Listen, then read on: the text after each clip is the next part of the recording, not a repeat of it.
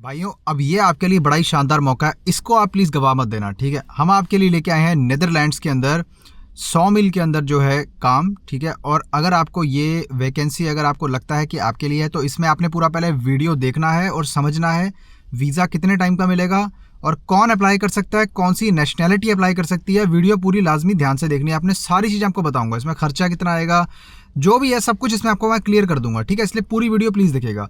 Video अपने like करनी है, सब्सक्राइब करना है, इस तरह के कंटेंट के लिए शेयर करना है किसी मेरे भाई के साथ में जो जाना चाहता हो। मेरी पिछली वीडियोस देख के चेक कर सकता है मेरा कंटेंट और मेरे से कॉल बना के मेरे साथ में 1-to-1 बेसिस पे अपना केस डिस्कस कर सकता है। उसको नीचे कॉल बनाने का लिंक मिल जाएगा, मैंने पिन कर दिया कमेंट्स में, डिस्क्रिप्शन में भी है। क्लिक करोगे गूगल मीटिंग ऐप के ऊपर, आपकी कॉल मेरे साथ में दिए गए दिन और टाइम पर होगी। Thank you very much. पहले बात करते हैं कि इसके अंदर कौन जा सकता है, नेशनैलिटी कौन सी एप्लीकेबल है। देखो मेरा भाई, इसके अंदर पाकिस्तानी और बांग्लादेशी भाई, आई एम रियली सॉरी, वो नहीं कर सकते हैं क्योंकि ये एम्प्लॉयर की उसमें लिस्ट में नहीं है। ठीक है, बाकी आप अगर कहीं से भी बिलोंग करते हैं आप कर सकते हैं अप्लाई, कोई प्रॉब्लम नहीं है। चाहे आप हाँ, अफ़गानिस्तान वहाँ से भी नहीं कर सकते हो। ठीक है, इंडियन भाई कर सकते हैं, नेपाली कर सकते हैं, और बाकी आप श्रीलंका से हो वो भी आप कर सकते हो। ठीक है, कोई दिक्कत की बात नहीं है।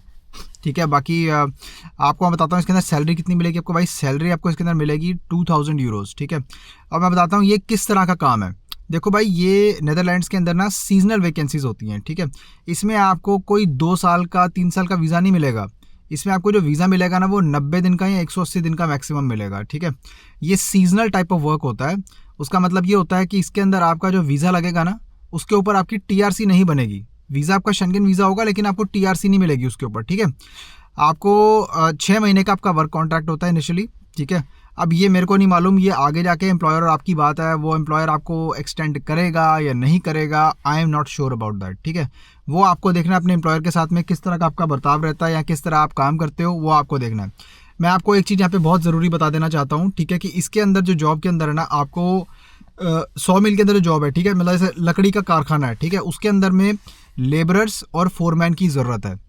अब ध्यान से सुनिएगा, लेबरर्स और फोरमैन की ज़रूरत है जिसके अंदर आपके पास में किसी तरह का कुछ डिप्लोमा होना चाहिए। ठीक है, डिप्लोमा कैसा, जैसे मेरे भाई इंडिया के अंदर कोई सिविल इंजीनियर है, ठीक है, या फिर उसने किसी ने अगर डिप्लोमा कर रखा है, ठीक है, कि कंस्ट्रक्शन फील्ड के अंदर, वो मेरे साथ में रब्ता करे। ठीक है, उसकी जो है जॉब उसका लगने का चांस है। ठीक है, और मैंने आपको ऑलरेडी बता दिया सैलरी इतनी है। Over time I am not sure provided है नहीं प्रोवाइडेड। ठीक है, ये आप जब वहाँ जाएंगे तो वहाँ पता लगेगा, क्योंकि they believe in work life balance. So work life balance उनके वहाँ पे ऐसा होता है कि भाई देखो कि ओवर टाइम मिल भी सकता है, नहीं भी मिल सकता है। ठीक है, एम्प्लॉयर पर डिपेंड करता है। इसमें फीमेल्स भी एक्सेप्ट हैं। ठीक है, फीमेल्स भी अप्लाई कर सकती हैं, कोई प्रॉब्लम नहीं, लेकिन डिप्लोमा होना चाहिए। एज लिमिट क्या है, देखो मेरे हिसाब से 40 साल से कम उम्र का बंदा अप्लाई कर सकता है। 22 ईयर्स से लेके 40 ईयर्स मैं लिमिट लेके चल रहा हूँ। ठीक है, नहीं तो अगर उससे ज़्यादा का लूँगा तो आपका खाम का वीज़ा नहीं लगेगा और आपका सारा टाइम और पैसा ख़राब हो जाएगा। ठीक है, वो मेरा उद्देश्य नहीं है। तो आपको ऑलरेडी बता दिया है, इसके अंदर डिप्लोमा चाहिए। फीमेल्स के पास में भी डिप्लोमा होना चाहिए, किसी न किसी कंस्ट्रक्शन या फिर कोई सिविल इंजीनियरिंग का या किसी भी चीज़ का, मतलब कोई ना ट्रेड के अंदर डिप्लोमा होना चाहिए, ताकि ये काम से वैकेंसी जो वैकेंसी बताई है इससे वो मैच करे। समझ रहे हो? ठीक है, तो इसके अंदर आपको मैंने ऑलरेडी सारी चीज़ें डिक्लेयर कर दी हैं, सब बता दी हैं। टीआरसी नहीं मिलेगी, टेम्परेरी रेजिडेंस कार्ड नहीं मिलेगा, ऑलरेडी बता रहा हूँ। ठीक है, बाकी आप वहाँ जाओगे तो वहाँ जाके कोई और सिचुएशन आपकी हो जाती है, वो उनमें को नहीं मालूम। ठीक है, आप कुछ भी वहाँ जाके कर सकते हो जो आपकी इच्छा हो। ठीक है, लेकिन जो ऑप्शन था मैंने बता दिया। अब बात करते हैं इसमें ख़र्चा कितना आएगा। ठीक है, देखो भाई, इसके अंदर जो ये खर्चा आएगा ना, ये पूरी प्रोसेस की कॉस्ट है। ठीक है, क्योंकि ये जो प्रोसेस की कॉस्ट है आपने बियर करनी है। जैसे आप स्टूडेंट वीज़े पे जाते हो, आप ट्यूशन फ़ी पे करते हो, ऐसे ही आपको जो है ना स्पॉन्सर करने का एक एम्प्लॉयर का बहुत ज़्यादा खर्चा होता है।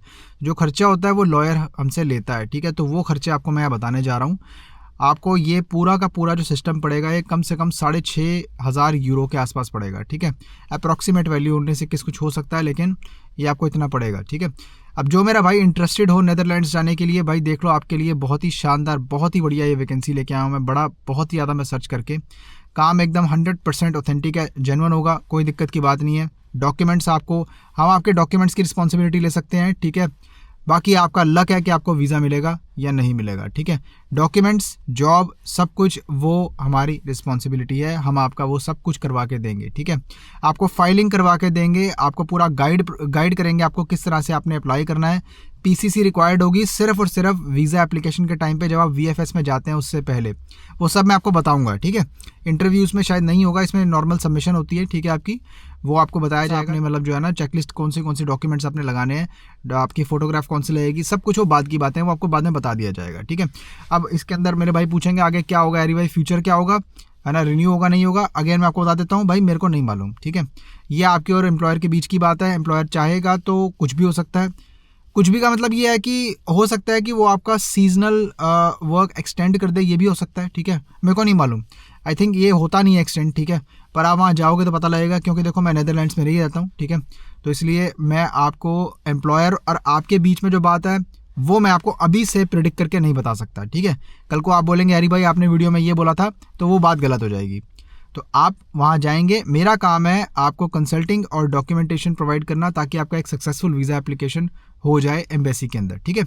बस यही मेरा काम है। इसके आगे वीज़ा देना एम्बेसी का काम है, इसके आगे आपने जाना है, आपने काम करना है, इसके आगे एम्प्लॉयर ने आपको एक्सटेंड करना नहीं करना, वो सब अल्टीमेट दूसरी बातें हैं, ठीक है। उससे मेरा कोई लेना देना नहीं है, ठीक है। आपको मैंने बता दिया, मैं आपको अच्छी तरह से गाइड करूंगा, कंसल्ट करूंगा, जो मेरे पावर में है वो मैं आपको करके दूंगा। नेदरलैंड्स का वीज़ा आपका जो है सक्सेसफुली लग जाए, इस चीज़ के लिए मैं आपको 100% ऑथेंटिक डॉक्यूमेंट्स प्लस आपको मैं गाइडेंस प्रोवाइड करूंगा, जिसके थ्रू आप पूरी चेकलिस्ट एक बार बराबर चेक कर लेना, ठीक है। और उसके बाद में आपको कोई कमी पेशी लगती है आप मुझे बताओ, और मुझे कोई कमी पेशी लगती है वो मैं आपको बताऊंगा। इस तरह से फिर हम आपकी जो वीज़ा एप्लीकेशन जो है ना फाइल करेंगे, और आपने अपनी कंट्री के अंदर अपॉइंटमेंट अपने आप लेनी पड़ेगी आपको, ठीक है। एम्प्लॉयर इसमें अपॉइंटमेंट नहीं प्रोवाइड करते हैं, वो कर ही नहीं सकते, वो सिर्फ स्लोवाकिया केस में होता है, ठीक है।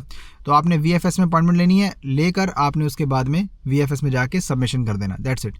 टोटल प्रोसेस टाइम इसके अंदर दोस्तों लगेगा आपका तकरीबन 6 से 8 महीने, ठीक है। कोई भी शेंगन कंट्री के अंदर अप्लाई करोगे 6 to 8 मंथ्स का टाइम इस टाइम पर लग रहा है। टाइम प्रिडिक्टेड है, ठीक है। हो सकता है जल्दी भी काम हो जाए, लेकिन मैं आपको सेफर साइड के लिए बता रहा हूँ, क्योंकि फिर क्या होता है कि मेरी एक्सपेक्टेशन जो होती है ना वो ख़राब हो जाती है। फिर आप बोलेंगे कि यार हैरी भाई आपने इतना टाइम बताया था और इतना लंबा टाइम लग गया, ठीक है। तो इसलिए ना मैं आपको ऑलरेडी इतना टाइम फ्रेम बता के चलता हूँ कि इतना अपने दिमाग में रखो, ठीक है।